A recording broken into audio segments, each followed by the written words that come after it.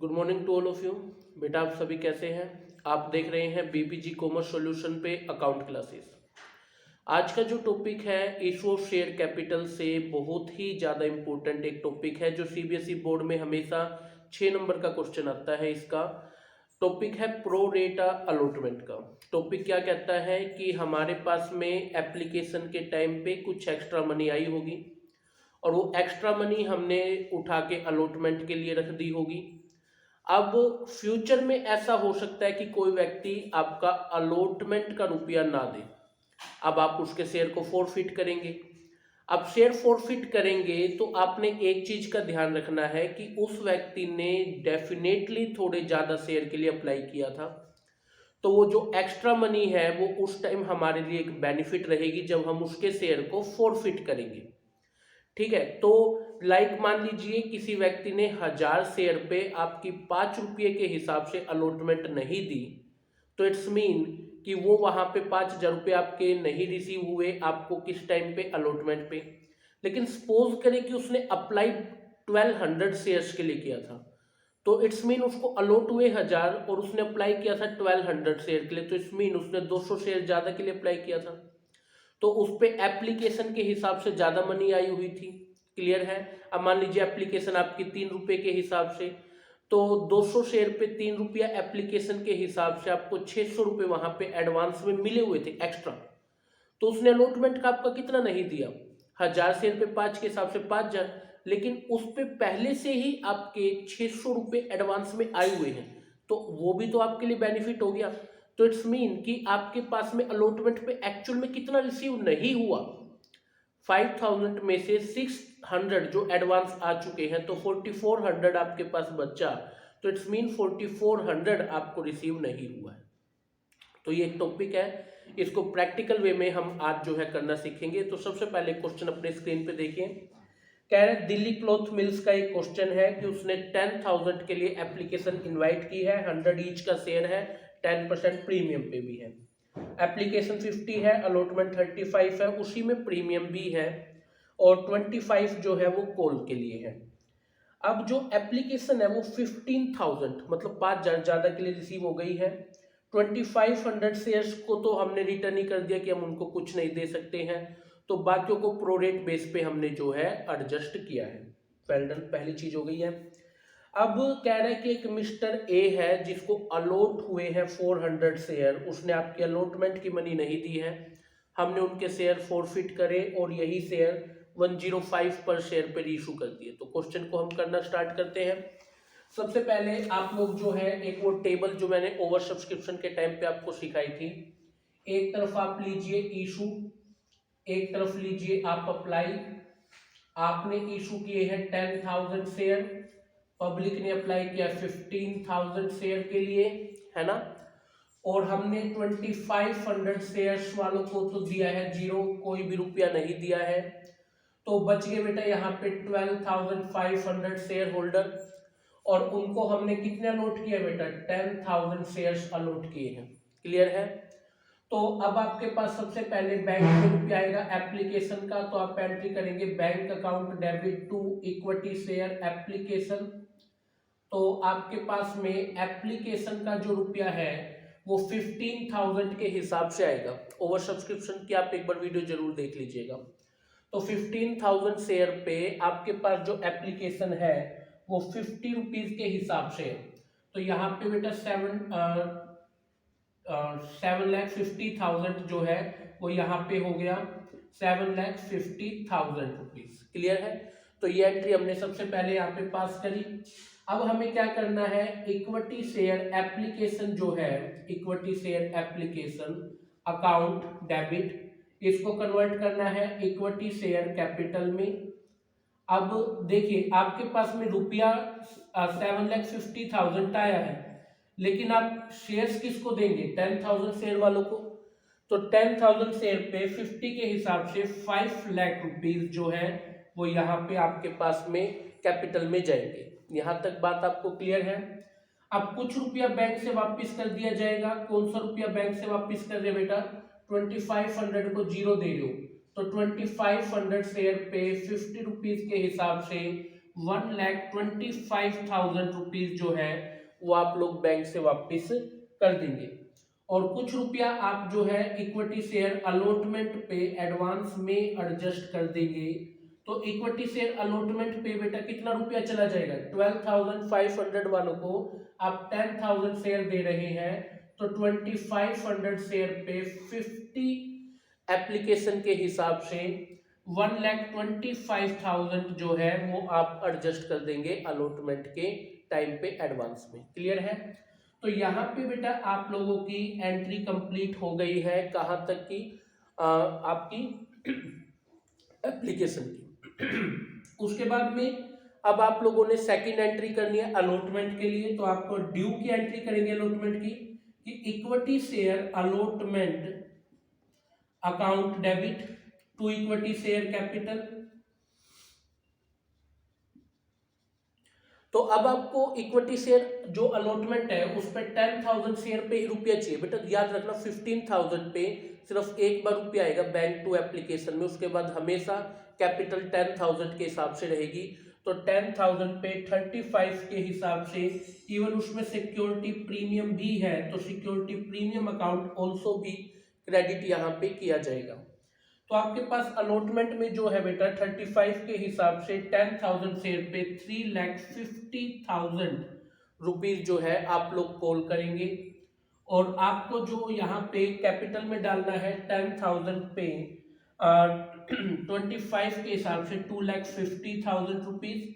और आपको प्रीमियम में जो है वो 10,000 शेयर पे 10 के हिसाब से 1 लाख रुपीज जो है वो आपका सिक्योरिटी प्रीमियम में चला गया। यहाँ तक का क्लियर है आपको? अब आपको जो है बैंक से रुपया लेना है, bank account debit to equity share allotments का, इक्विटी शेयर अलॉटमेंट का रुपया जो है वो आपको लेना है बैंक के थ्रू। अब बेटा इसका एक प्रॉपर वर्किंग नोट आप लोग बनाएंगे, एक प्रॉपर वर्किंग नोट आप यहाँ पे बनाइए। मैंने यहाँ पे जगह इसीलिए छोटी है कि हम इसका एक वर्किंग नोट बना सके। अब आपको पिक्चर क्लियर होगी कि कैसे ये क्वेश्चन करना है। ठीक है, अब देखिए आप सबसे पहले अलॉटमेंट का मनी ड्यू करिए, अमाउंट ड्यू ऑन अलॉटमेंट। आपको अलॉटमेंट पे रुपया चाहिए कितना, आपको अलॉटमेंट पे रुपया चाहिए 3,50,000। आप उसमें से माइनस करिए कि जितना रुपया आपको एडवांस में मिल चुका है। आपको यहाँ पे देखिए एडवांस में 1,25,000 मिल चुके हैं, तो आप इसको यहाँ से क्या कर दीजिए, माइनस कर दीजिए। तो ये आपके पास 2,25,000 बच गया है ना। अब इसमें से लेस करिए कॉल्सिन एरियर, कॉल्सिन एरियर। अब देखिए नॉर्मली तो हम ऐसा करते हैं कि एक व्यक्ति है जिसके पास 400 शेयर है, उसने आपका अलॉटमेंट नहीं दिया, तो हम सिंपली 400 को 35 से मल्टीप्लाई करते और रुपया यहाँ से माइनस कर सकते हैं, कॉल्सिन एरियर। लेकिन देखिए जिसको 400 शेयर अलॉट हुए हैं उसने डेफिनेटली ज़्यादा शेयर के लिए अप्लाई किया होगा, है ना। क्योंकि वो इस कैटेगरी का है, क्योंकि इस कैटेगरी में बाकियों को तो हमने रुपया रिजेक्ट ही कर दिया, मनी दिया नहीं। तो ये जो व्यक्ति है मिस्टर ए जिसको 400 शेयर अलॉट हुए हैं, वो इस कैटेगरी में से है, उसने डेफिनेटली ज़्यादा के लिए अप्लाई किया होगा। तो एक बार पहले उसका एप्लीकेशन मनी निकालो। कैसे निकालोगे, इसी कैटेगरी को लेना बेटा। 12,500 वालों को 10,000 शेयर अलॉट हुए हैं, तो आप स्टेटमेंट बनाएंगे द पर्सन हु अलॉट 10,000, जिस पर्सन को 10,000 अलॉट हुए हैं वन अप्लाई, उसने कितने के लिए अप्लाई किया होगा, उसने अप्लाई किया होगा बेटा 12,500 के लिए। तो जिस पर्सन को आपने अलॉट किए हैं कितने शेयर, 400, वो 400 शेयर वाले ने रुपया नहीं दिया ना, तो उसने कितने के लिए अप्लाई किया होगा, उसने अप्लाई किया होगा 12,500 divide by 10,000 multiply by the 400। तो इट्स मीन उस व्यक्ति ने अप्लाई किया होगा 500 शेयर के लिए, 500 शेयर के लिए। अब देखिए अप्लाई है 500 शेयर और उसको आपने अलॉट कितने करे हैं 400 शेयर, तो उसके एक्सेस शेयर कितने हैं बेटा, उसके एक्सेस शेयर है 100 शेयर, उसने 100 शेयर ज्यादा के लिए जो है अप्लाई किया था।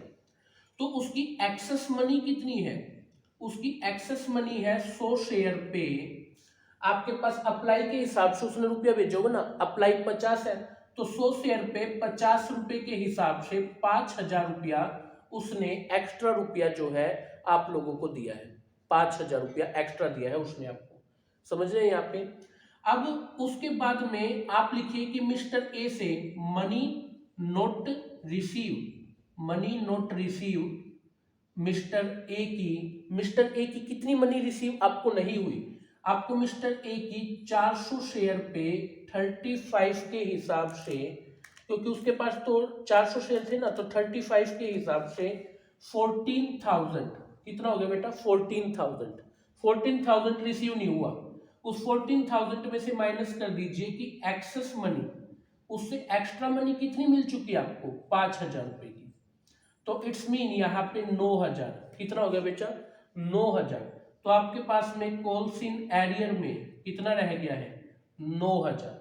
ये 9,000 रुपया यहाँ पे जो है आप लोगों को रिसीव नहीं हुआ है at the time of allotment. इस 9,000 को यहाँ से माइनस करना है। अगर आपने 14,000 को माइनस कर दिया होता तो आपका क्वेश्चन गलत हो जाता, क्योंकि उसने एक्स्ट्रा के लिए अप्लाई किया है। तो 9,000 को यहाँ से माइनस करिए, 2,25,000 में से 9,000 को माइनस करेंगे तो ये आपके पास में 2,16,000 जो है बेटा यहाँ पे रह जाएगा, और इट्स मीन यहाँ पे 2,16,000 रुपए जो है लिखे जाएंगे। ठीक है, अब इस चीज को मेमोराइज कर लीजिएगा कि आपको अलॉटमेंट पे 14,000 रिसीव नहीं हुए हैं, आपको 9,000 रुपए रिसीव नहीं हुए हैं। 14,000 की जगह 9,000 रुपए जो है आपने लेकर के चल रहे। क्लियर है बेटा? तो यहाँ तक इस तरीके से जो है इस क्वेश्चन को किया जाएगा। अब इसके बाद हमें जो है इसकी एंट्री करनी है फर्स्ट कॉल के लिए, इसकी एंट्री करनी है फाइनल कॉल के लिए, और 4 फीचर्स की एंट्री हमें करनी है। ठीक है, तो हम इन एंट्रीज को जो है करते हैं। तो सबसे पहले हम लोग एंट्री करेंगे किसकी बेटा, फर्स्ट कॉल की एंट्री करते हैं। तो फर्स्ट कॉल की एंट्री, फर्स्ट और फाइनल कॉल इकट्ठी है तो इस एंट्री को ड्यू करने की एंट्री करते हैं। तो हमने लिखा कि equity share first and final call account debit, first and final call account debit कितना, to share capital, to equity share capital. ठीक है, तो हमारे पास जो है बेटा फर्स्ट कॉल पे कितना रुपया हो गया यहाँ पे, अब ये 25 के हिसाब से है तो 25 मल्टीप्लाई 10,000 शेयर्स, तो ये हो गए 2,50,000 शेयर। क्लियर है? तो यहाँ तक हमने इसकी एंट्री करी। उसके बाद अगली एंट्री आपको बैंक में रुपया रिसीव होगा, तो बैंक अकाउंट डेबिट, कुछ रुपया कॉल्स इन एरियर में रह गया जिसके पास 400 शेयर थे, calls in arrear account debit, और 2 equity share first and final को, तो इसका हम लिखेंगे इस तरीके से।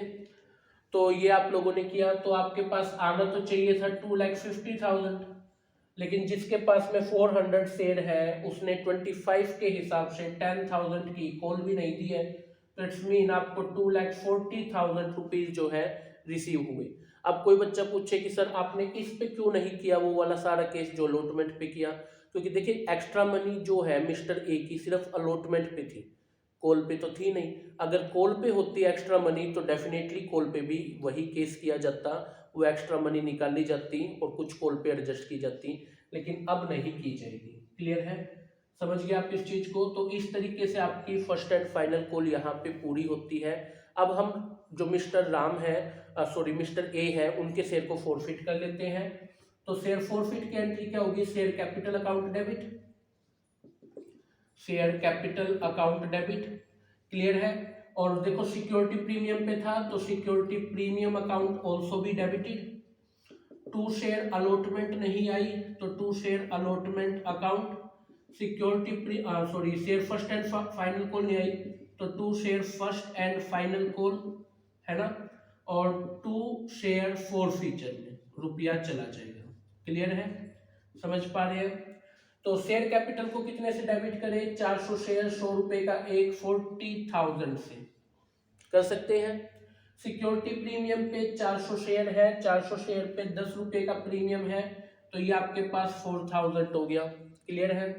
अलॉटमेंट पे जो है बेटा 400 शेयर पे अलॉटमेंट आपकी जो है वो थी तो 35 की, लेकिन एक चीज का ध्यान रखिएगा यहाँ पे, यही चीज मेजर है। आपको अलॉटमेंट पे आपने निकाला था ना, जैसे आप अपने, मैंने एक नोट के रूप में भी लिखा हुआ कि अलॉटमेंट पे हमें कितना रुपया रिसीव नहीं हुआ, 9000।